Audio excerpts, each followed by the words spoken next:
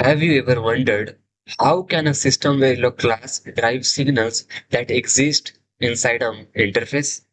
A class is a dynamic, but an interface is a static. So how do they communicate? The answer is virtual interface. Let's understand it. Think of an interface as a real remote control for your TV. Now imagine your class only has the address of that remote, not the remote itself. That address is called virtual interface. A virtual interface is simply a pointer or handle to an actual interface. It allows class-based test bench component like driver, monitors, and scoreboard to access duty signal. Why do we need it? Modules and interface are created at compile time, so they are static. But classes are created during simulation, making them dynamic. Since classes cannot directly connect to the interface, System Verilog introduced the virtual interface to bridge this gap. Without it, your driver class cannot drive duty signal. Here the most important things to remember. A virtual interface must always point to a real interface.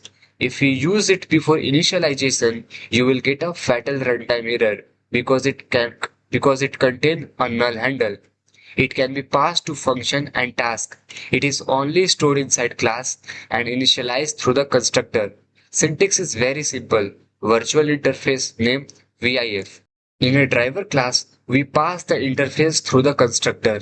Inside the constructor, we write this.vif equal VIF. Here, this.vif refers to virtual interface variable inside the class, and the VIF on the right side is the interface handle passed as an argument. This statement initializes the virtual interface. Inside the constructor, we write this.vif equals VIF. This initializes the virtual interface. After that, the driver can directly access interface signals. For example, VIF.a equals 5.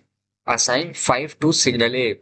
VIF dot enable equals 1, which means enable the transaction, and wait until VIF dot acknowledge become high.